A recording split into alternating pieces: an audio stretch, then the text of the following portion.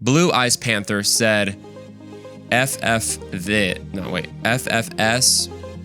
I don't know what that actually means. Just stop it already. F it. Ooh, dang. Oh my gosh, people are getting violent in these videos. That's a response to one of my videos called How to Find Purpose. And I think I spoke about the way you find purpose is you follow Jesus. That's basically it. That's how you find the purpose that you were created. Sorry, Blue Eyes. I ain't gonna stop.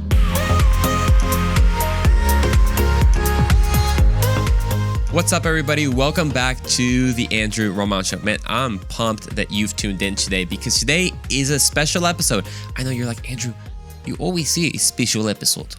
Show me the special episode. Well, today is a special episode because we're responding to my latest YouTube comments.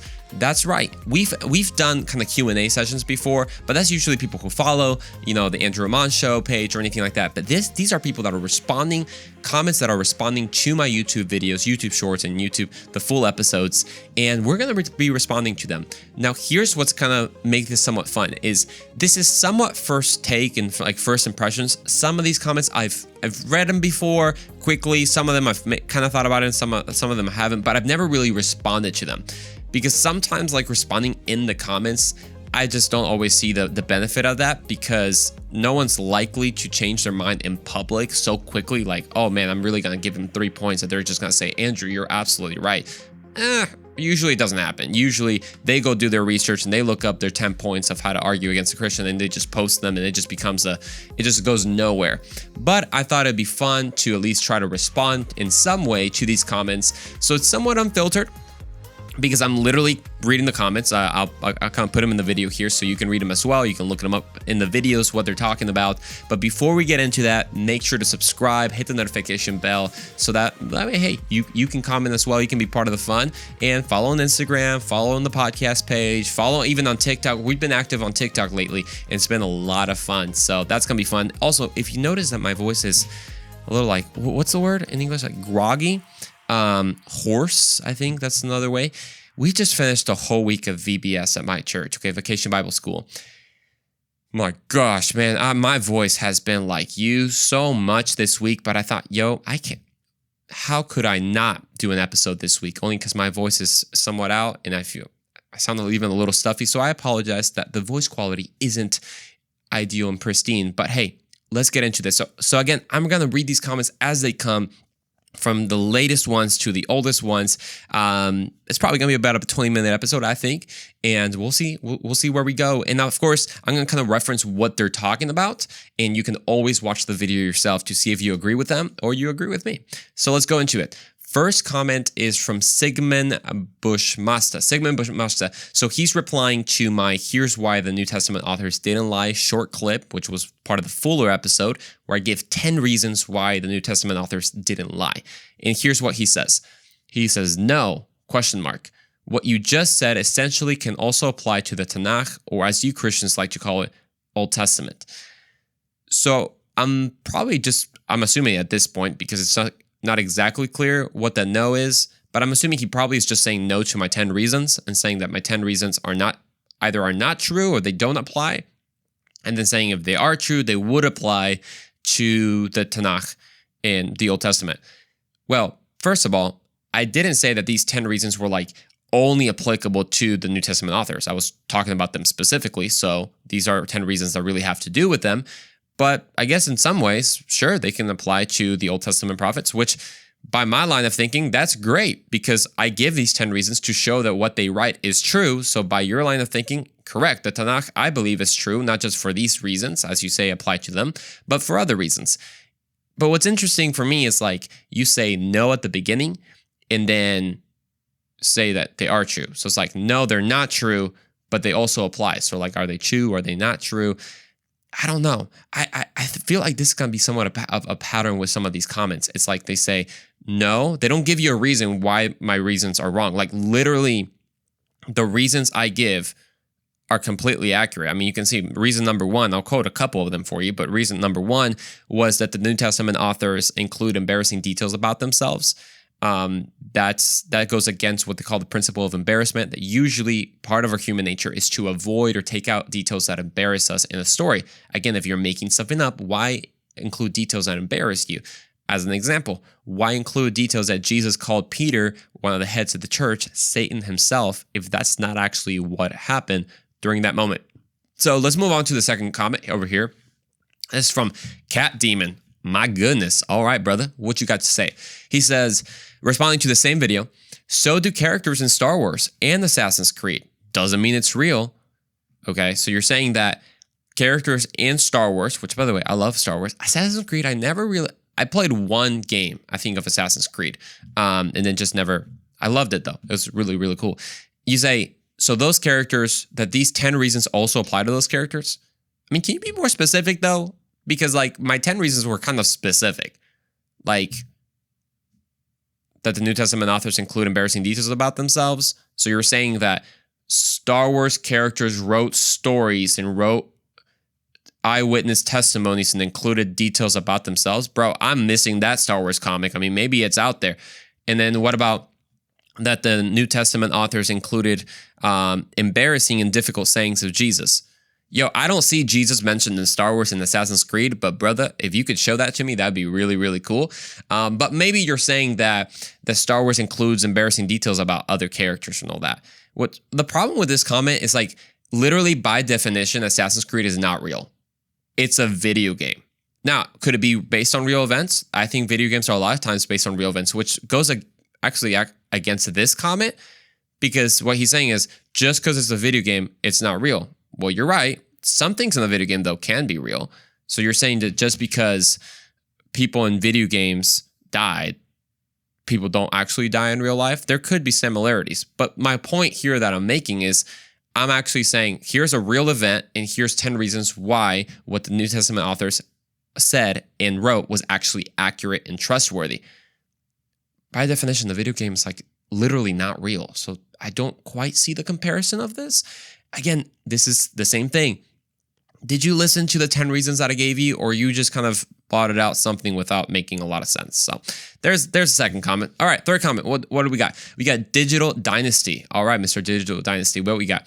He says, Paiso family, Jesus equals Titus in the NT, in the New Testament. I don't know what Paiso family Jesus means. I'm sorry. You can maybe put in the comments what that means. Equals Titus, like the letter to Titus in the New Testament. Man, welcome to comments online, right? Some of them do not make sense. All right, what does Violet23 have to say? This is a response now to Can You Be Gay in the Christian video, which, by the way, is a great video. You gotta watch this. What did she say? The way you've explained this with scripture to explain each side makes so much sense to me, concise and clear. Thanks. Man, Violet, you gonna make me cry. Thank you very much. There is some love out there, guys. There is some love. We doing God's work. We doing God's work. Hey, Violet, thank you so much for that comment. That's a video I spent a lot of time preparing for. If you haven't watched it already, you got to. Can you be gay in a Christian? It is such a relevant question nowadays, especially because, as I explained in that video, there's different perspectives on it. But which one's actually biblical? Which one, as Christians, because this is really specific to kind of Christians in this topic, which one should we believe? So thank you so much. All right, here we go.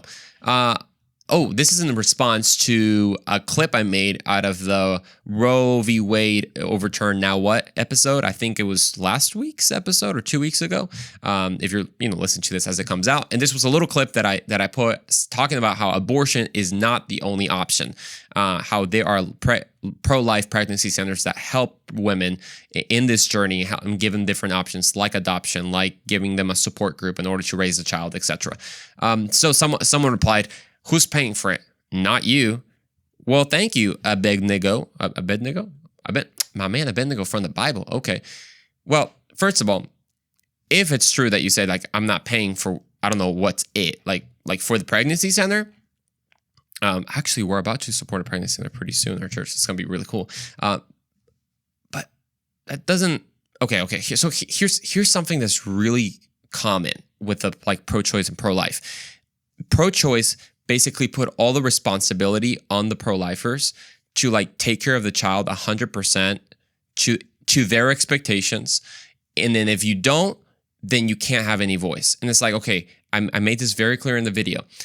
Pro-lifers is, yes, we are pro-life. And as I mentioned in that clip, is that there are 9 pro-life pregnancy centers for every abortion clinic, and most of them are being funded by churches.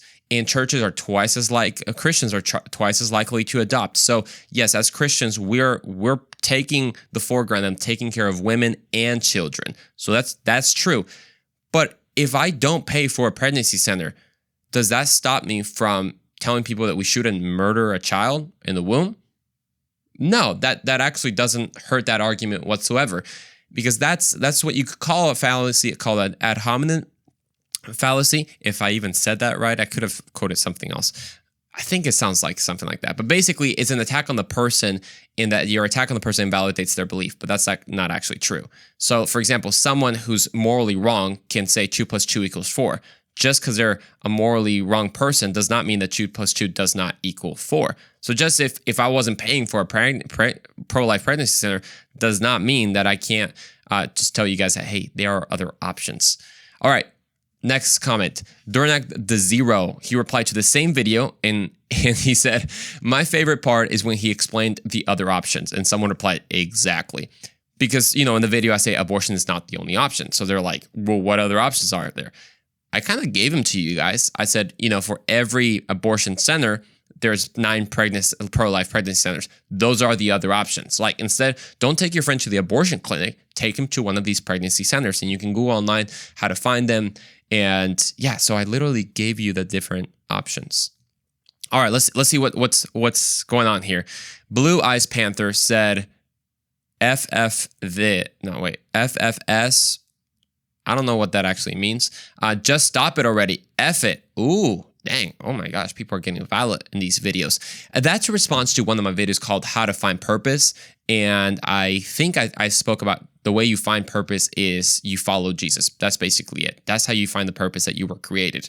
I'm sorry, Blue Eyes. I ain't gonna stop. It's just we gonna keep rolling. I'm just gonna keep saying that is the way that you find purpose. Then John said the instructions to that video was unclear. I couldn't find them. Okay, that's I gotta give it to him. That's kind of funny. Well, Mr. John, that's a 40-second clip. Okay, watch the full episode to know the full thing. The instructions aren't clear. You couldn't find Jesus. He started looking. He started calling Jesus, and all of a sudden his cousin Jesus came over. He's like, "What's up? Did you call me? My name is Jesus, and my mother is Maria." Because that's very common names in Mexico. Yeah, man, instructions aren't clear. Just watch the entire episode. You'll find, that's how you find Jesus, okay? Jesus can be found, I promise. All right, let's see. Oh, this one's kind of cool. Jenna, this was a couple weeks back. So they're responding now to the Watergate scandal proves the resurrection video. This was a video, I must have done this video a while back, talking about the resurrection. I think it was talking about it was the what if. Remember that what if episode? What if like the resurrection didn't happen or something like that? And I spoke about, I quoted I believe it was the White House secretary under Reagan, possibly under Reagan under Nixon, who talked about how the Watergate scandal proves the resurrection, and how the whole point is that and the Watergate scandal embroiled some of the 12 top men in the world, and they couldn't keep alive for more than 3 weeks. But now we're talking about the apostles that supposedly kept alive for 40 years after being beaten and imprisoned and even tortured and put to death. Like, that's impossible. No one dies for a lie especially that they know it's a lie, but also that they invented. So all that's the context of the video, but go watch it. Jenna replied, never once recorded denying it. Not once, because I said they never denied it, but she said never once recorded denying it. But the Gospels themselves came along by anonymous writers decades later. What religion or MLM, I don't know what MLM means, even do you know where people downplay it or deny any aspects of it? If you're a heretical voice, they make sure you don't. Wait, what is she saying? I want to read more of the comments. Sorry. Hey, I got to give you the full context here. If you're a heretical voice, they make sure you don't get the chance to say what you're thinking. Oh.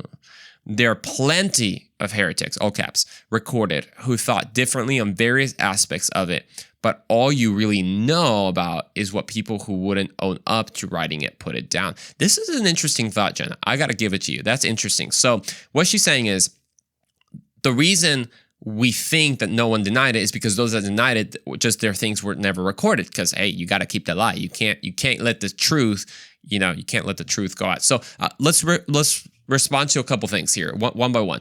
So she said that the first thing is they never once recorded denying it. Okay. So what's the point though? If it's never recorded denying it, then yeah, we have no record of people denying it. Like, we're going for things that are on record right here.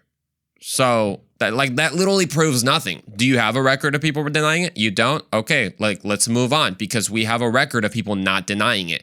But you're saying, this is what she's saying. I'm going to believe the non-existent record of people denying it over the record of people not denying it. Like, which one do I believe? The record that we have of people not denying it, or the non-existent record of people denying it? That seems like a little bit of unwarranted skepticism. That's how conspiracy theories start. Then it says, but the Gospels themselves came along by anonymous writers decades later. Okay, I've seen this point before, that somehow the New Testament writers, we have no idea who they were. They were all anonymous. Okay, guys. Let's start with the Gospels, because that's really what we're talking about. The Gospels, and then Paul is mainly the letter. I think the only one that's really anonymous, we're not quite sure, is the book of Hebrews. The letter to the Hebrews, we're not quite sure. Some people attribute it to Paul. We're not exactly sure.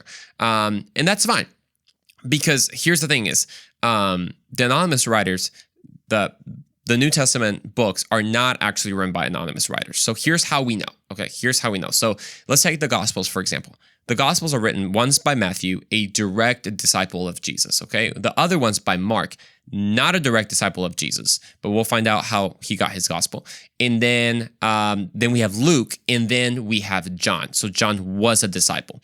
So here's kind of some of the questions I have for people that say it's anonymous. First of all of the early fathers, the early church fathers that we have, especially coming from the 2nd century, so that's if Jesus died at year 33, basically AD, this is now about 100 AD. The first disciples have now passed away, and now it's the second disciples carrying the faith. And these are the people closest to the events, that started to write about it. And they all confirm the authorship of the Gospels. All of them confirm it, from Matthew to John to Luke to Mark. What's really interesting, though, is if you're going to claim that the authors were anonymous, then how did people come up with the names? Because they're not anonymous. It literally says the Gospel of Mark. Now, I get it. Mark didn't write there saying, hey guys, my name is Mark. I want to make sure you know it's his gospel. So how do we know it's Mark? Well, by all early church tradition, they all attribute it to Mark. The most interesting part of this is, if you're going to then make up anonymous writers who just put a title in there, like for example, if you're saying it's not Mark, but someone put it under the name of Mark, okay. How does that even make sense? Mark was nobody in the church movement compared to Peter, because traditionally, the Gospel of Mark was an assistant of Peter. You can read it in Acts. You can read it during the history of Mark being John Mark. Probably got a lot of his accounts and eyewitness accounts from Peter and from all the other witnesses that he interviewed. If you're going to put a name on, if you're going to be a ghostwriter and you're going to make up the Gospels and you're going to be an anonymous writer, but you're going to claim that someone else wrote it, why are you going to claim that Mark wrote it? Mark really has no say in the faith compared to Peter. Why not just put the Gospel of Peter? Why not put the Gospel of James, right? That's another disciple. The Gospel of Barnabas, I don't know, the Gospel of Paul for all we're saying. Why not give it a more powerful name than John Mark? Plus, John Mark, he was a Greek. Are you kidding me? You're really that's not gonna go well with the Jews, the Jew believers. So again, this is one of the mistakes when people put that they're anonymous writers, is that they ignore all the evidence we have. They literally ignore all the evidence that we have from the early church fathers, from tradition, that say, hey, it's Matthew, Mark, Luke, and John. I want to say it's Irenaeus. Irenaeus, an early church father from the 2nd century, who tells us that the Gospel of Matthew, written by Matthew, he actually says that Matthew wrote his gospel during the time that Paul and Peter were founding a church in Rome. So that's right around the 60s AD. Right around there. That's the only time that we know that Peter and Paul were at the same time in Rome. So again, you're not going to give us any reason of why they're anonymous. Instead, you're just going to say that they're anonymous and just move on with it. So yeah, there are plenty of reasons that we know that they're not, in fact, anonymous. Then you say, what religion or even do you know where people downplay it or deny any aspects of it? Then you go on to say, if you're a heretical voice, they make sure that you don't get a chance to say it. This is really interesting because what we're talking about is the events. We're talking about the 10 reasons of the events that these people wrote. None of the events within the early heretics of the church history were really ever denied. It was the theological implications of it. Because there was a lot of heresy when it came to theology and thought, whether Jesus was really fully human, was he really fully God? Were we actually saved by grace? Were we saved by works? Was circumcision, needed? All these questions were heretical, and which came about into heretical beliefs like Gnosticism.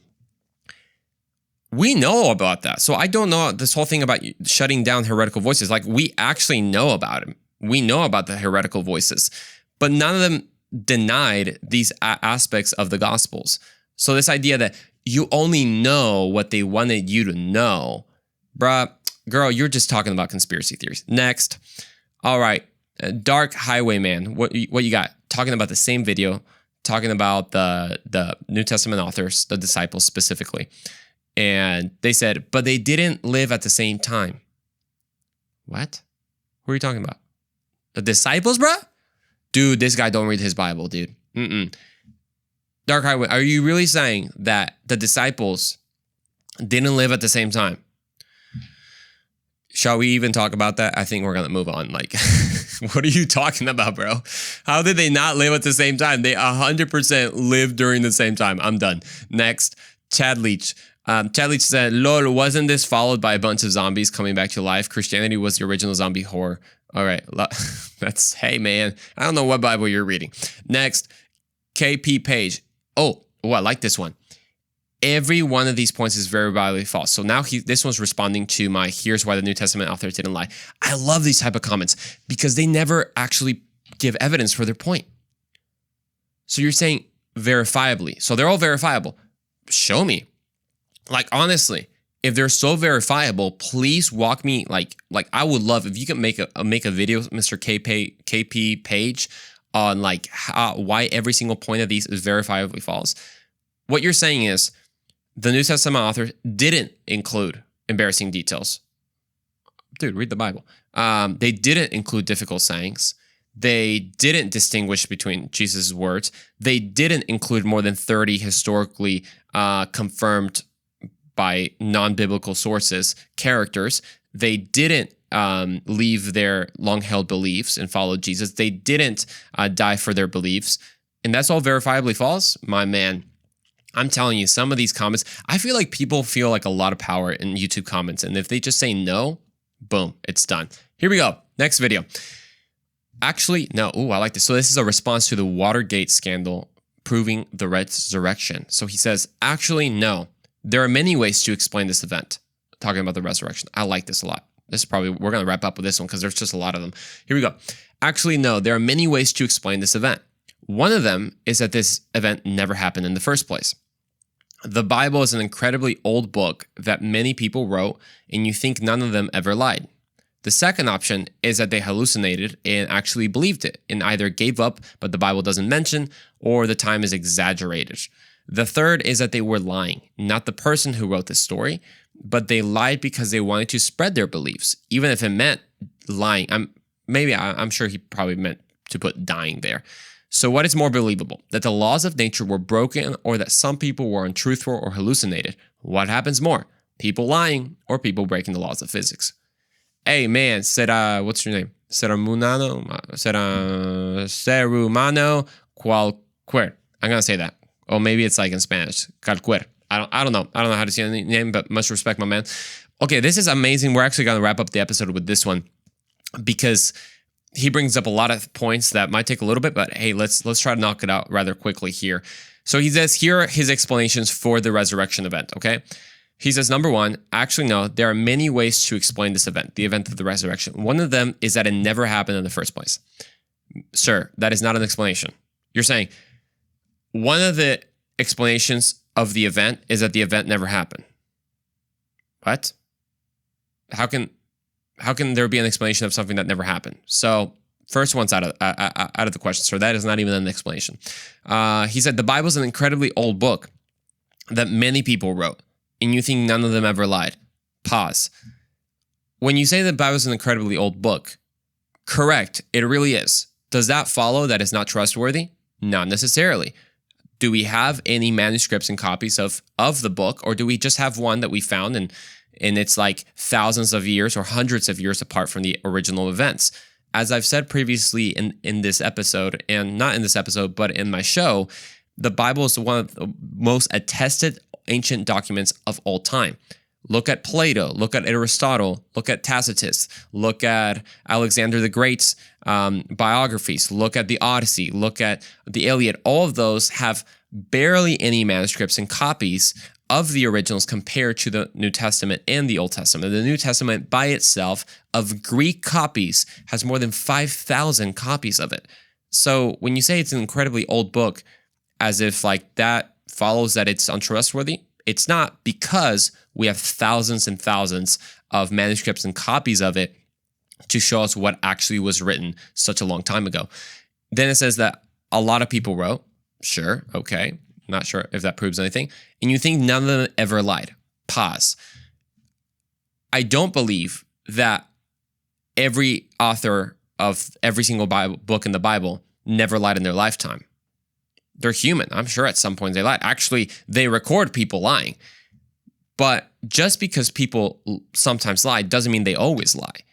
So again, this is a fallacy that you're assuming that I'm saying that the authors never, ever lied. No, as I'm saying, I think there's good reasons to know that they didn't lie when they gave their testimony or they wrote the books that they wrote. So and I think you haven't really disproven my 10 points.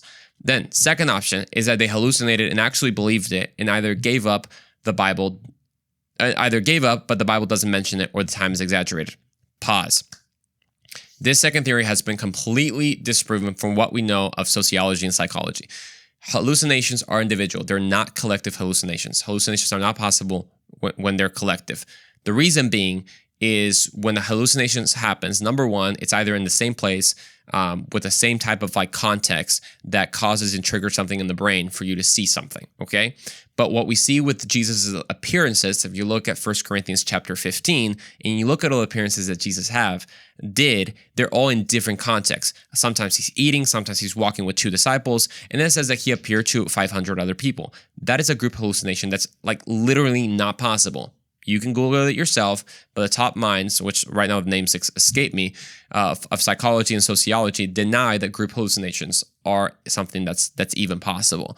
Also, hallucinations are not something that you would expect out of people who are not expecting the resurrection. If someone's quote unquote wishful thinking that Jesus might please resurrect, and he's so crazy and cocoa wash, maybe he might see something that he believes is Jesus.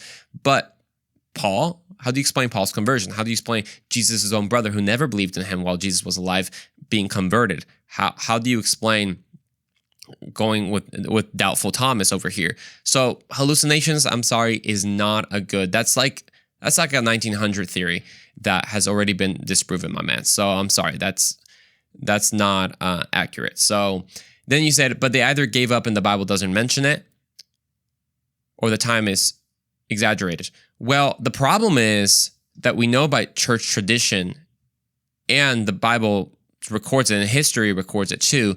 We know when these people most likely died. So it's like, we know most of their lifetime.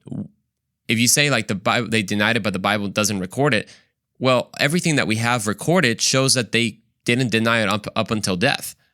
Well, actually, they never denied it. So it's like, when could it have they denied it that the Bible didn't record? It's not like, did they deny it after death? Like, that doesn't make a lot of sense, my man. So the Bible doesn't mention it, or the time is exaggerated. Again, no reason to believe that. The Bible shows us that they're all, the Bible, church tradition, and historical documents show us that they're all martyred. And all right, let's continue. The third way is that they were lying. Not the person who wrote this story, or the person, not the person who wrote this story, and they lied because they wanted to spread their beliefs, even if it meant dying. Okay. Again, go watch the episode, my man, 10 reasons why the New Testament authors didn't in fact lie and the disciples lie. It makes literally zero sense that you're saying that, oh, okay, maybe they lied. Why would you make up a story that would cause you to die? Why? Why would you abandon your long-held beliefs and now be ostracized from your family, from society? I'm sorry, but no one dies for a lie that they know is a lie, especially a lie that they made up. That's not part of human nature, my man. So that even as an option, because here's the thing, a lot of people with objections, they'll take one little piece of evidence and then that's it, versus the scope of the entire evidence. So I give 10 reasons, maybe one reason, okay, but I give 10 reasons why the New Testament authors didn't die. And we know, again, martyrs, there are a lot of martyrs in different religions because people can die for something they believe it's true, even if it's a lie, but they believe it should be true. But who is going to lie? I'm sorry, nobody dies for something they know is a lie, especially something that they invented. Then they say, what is more believable, that the laws of nature were broken or that some people were untruthful or hallucinated? Again, when you take it just in those two statements by themselves without context, then, well, yeah, it's more believable that people were untruthful. But you're ignoring the weight of the evidence. And talking about that the laws of nature were broken, again, that's a fallacy that I've already exposed in my newest video called Are Miracles Impossible, where we talk about the laws of nature actually not being something that is quote-unquote violated or breakable by a miracle or an act of God. Instead, the laws of nature are basically the rule. And the rule shows us when there's something that's an exception, we know it's a miracle by definition because of the nature of law. So nature of laws just describe what is the pattern of nature. They don't put a barricade against miracles. And then said, what happens more, people lying or people breaking the laws of physics? Again, my man, that's fallacious thinking, my friend, because you're ignoring the entire weight of the evidence that is with these people's testimony. So you're just saying people lie or the laws of physics are broken. Not. I wouldn't say that's very much of a fair argument. So I could go on for a very, very long time because we have so many more comments, and I wish we could have gone through more. But I thought, hey, it'd be fun just to talk about these. I hope you had a good time listening to some of the responses to this. If you're interested in doing more videos like this and you're listening to watching more, make sure to leave a comment down below. Follow on Instagram, and we'll see you in the next episode of the Andrew Roman Show.